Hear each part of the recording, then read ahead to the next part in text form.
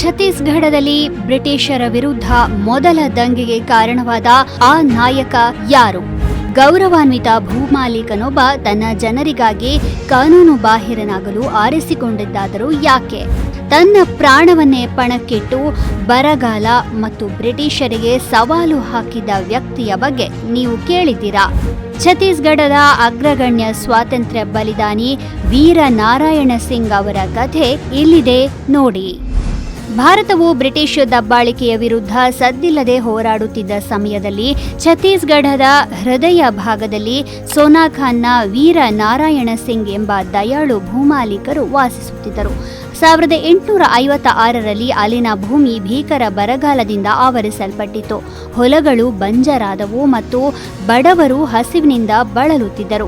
ಆದರೆ ವ್ಯಾಪಾರಿಗಳು ಧಾನ್ಯಗಳನ್ನು ಸಂಗ್ರಹಿಸಿಟ್ಟು ಲಾಭ ಹೆಚ್ಚಾಗುವವರೆಗೆ ಕಾಯುತ್ತಿದ್ದರು.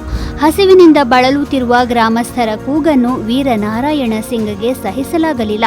ಜನರಿಗೆ ನೆರವಾಗಲೆಂದು ಅವರು ಧೈರ್ಯಶಾಲಿ ಕ್ರಮಕ್ಕಿಳಿದರು. ಸಂಗ್ರಹಿಸಿಟ್ಟ ಧಾನ್ಯದ ಅಂಗಡಿಗಳಿಗೆ ನುಗ್ಗಿ ಬಳಲುತ್ತಿರುವವರಿಗೆ ಆಹಾರವನ್ನು ವಿತರಿಸಿದರು. ಯಾವುದೇ ಸರ್ಕಾರಿ ಆದೇಶವು ಹಸಿವನ್ನು ನೀಗಿಸಲು ಸಾಧ್ಯವಿಲ್ಲ ಎಂದು ಹೇಳಿಕೆ ನೀಡಿದರು.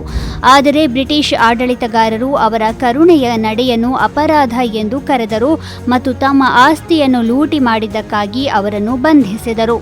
ರಾಯ್ಪುರ ಜೈಲಿನಲ್ಲಿ ಬಂಧಿಸಲ್ಪಟ್ಟ ವೀರನಾರಾಯಣ ಸಿಂಗ್ ಅವರ ಆತ್ಮವು ಬಂಧನಕ್ಕೆ ಒಳಗಾಗಲು ನಿರಾಕರಿಸಿತು. ತಮ್ಮ ಜನರ ರಹಸ್ಯ ಬೆಂಬಲದೊಂದಿಗೆ ಅವರು ಜೈಲಿನ ಸರಪಳಿಗಳಿಂದ ತಪ್ಪಿಸಿಕೊಂಡು ಹಿಂತಿರುಗಿದರು. ಕೇವಲ ಭೂಮಾಲೀಕರಾಗಿ ಅಲ್ಲ, ಬದಲಾಗಿ ನಾಯಕರಾಗಿ. ಬುಡಕಟ್ಟು ಮತ್ತು ರೈತ ಸಮುದಾಯಗಳಿಂದ ನೂರಾರು ಜನರನ್ನು ಒಟ್ಟುಗೂಡಿಸಿದ ಅವರು 1857ರ ದಂಗೆ ಉತ್ತರ ಭಾರತವನ್ನು ಆವರಿಸುವ 1 ವರ್ಷದ ಮೊದಲು ಬ್ರಿಟಿಷರ ವಿರುದ್ಧ ಛತ್ತೀಸ್ಗಢದ ಮೊದಲ ಸಂಘಟಿತ ದಂಗೆಗೆ ಮುನ್ನುಡಿ ಬರೆದರು. ಅವರ ಪ್ರತಿರೋಧವು ವಸಾಹತುಶಾಹಿ ಅಧಿಕಾರವನ್ನು ನಡುಗಿಸಿತು. ಆದರೆ ಒಳಗಿನಿಂದ ಬಂದ ದ್ರೋಹವು ಬ್ರಿಟಿಷ್ ವಿಜಯವನ್ನು ಅನಿವಾರ್ಯಗೊಳಿಸಿತು. ವಿರೋಚಿತ ಯುದ್ಧದ ನಂತರ ಸುತ್ತುವರಿಯಲ್ಪಟ್ಟು ಸೆರೆಹಿಡಿಯಲ್ಪಟ್ಟ ವೀರನಾರಾಯಣ ಸಿಂಗ್ ತನ್ನ ಅದೃಷ್ಟವನ್ನು ಧೈರ್ಯದಿಂದ ಎದುರಿಸಿದರು.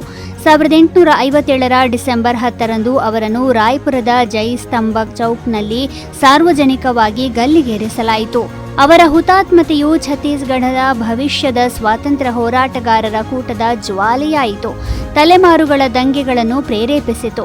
ಇಂದು ಕ್ರೀಡಾಂಗಣಗಳು, ವಸ್ತು ಸಂಗ್ರಹಾಲಯಗಳು ಮತ್ತು ಹಾಡುಗಳು ಅವರ ಹೆಸರನ್ನು ಹೊಂದಿವೆ. ಆದರೆ ದಬ್ಬಾಳಿಕೆಯನ್ನು ಎದುರಿಸುವಲ್ಲಿ ಅವರ ಸಹಾನುಭೂತಿ ಮತ್ತು ಧೈರ್ಯವೇ ಅವರ ನಿಜವಾದ ಸ್ಮಾರಕವಾಗಿ ಉಳಿದಿದೆ.